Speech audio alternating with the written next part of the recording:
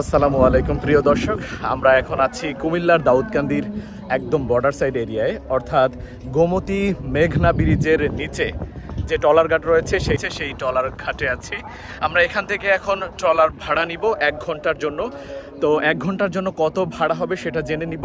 আর আমরা এখন ট্রলার নিয়ে পুরো এই গোমতী মেঘনা নদীর মাঝখানে ঘুরবো, গোসল করব। তো চলুন একসাথে দেখি, একসাথে ঘুরি। এই ঘাট থেকে আমরা দুজন 1 ঘন্টার জন্য 200 টাকার বিনিময়ে এই ট্রলার ভাড়া নিলাম। আমাদের মেঘনা ব্রিজের নিচে গোমতীর পাড়ে ও নদীর মাঝে ঘুরাবে।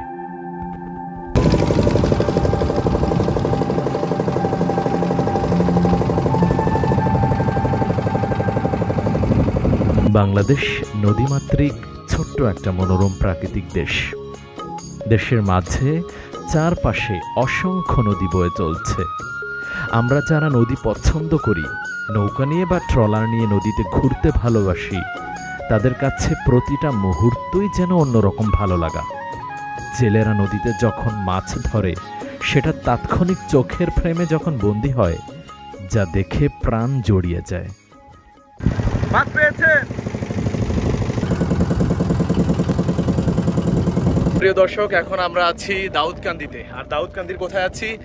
মেঘনা নদীর একদম মাঝখানে। এই একটা নদীকে 2 ভাগে বিভক্ত করেছে। ওই পাশটা হচ্ছে গোমতী নদী আর এই পাশটা হচ্ছে মেঘনা নদী। আমরা আছি এখন একদম নদীর মাঝখানে। আমাদের ট্রলার, যে ট্রলার নিয়েছি, দুজন এসেছি, ঘুরছি, একদম নদীর মাঝখানে রয়েছি। ট্রলার থামিয়ে একটা ফিল নিচ্ছি। দেখতে পাচ্ছেন এই যে আমি কিন্তু যে নৌকা রয়েছে, ট্রলারের উপরে আছি, দেখতে পাচ্ছেন একদম নদীর মাঝখানে কিন্তু আমাদের ট্রলার থামিয়েছে, আমরা থেমে আছি। তো সত্যি আজকে হালকা সানি ডে রয়েছে এবং আকাশ একটু মেঘলাও রয়েছে। চমৎকার একটা ওয়েদার, সত্যি খুবই ভালো লাগছে।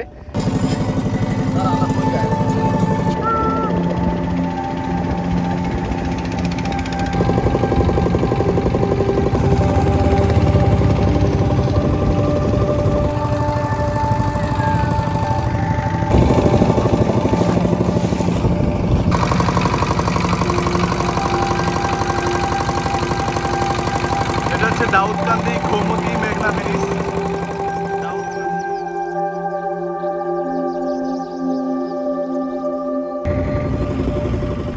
যারা ঢাকা থেকে এখানে ঘুরতে আসবেন, তারা সায়দাবাদ বা যাত্রাবাড়ি থেকে 80 থেকে 100 টাকার মধ্যে বাসে করে চলে আসতে পারবেন এই মেঘনা ঘাট।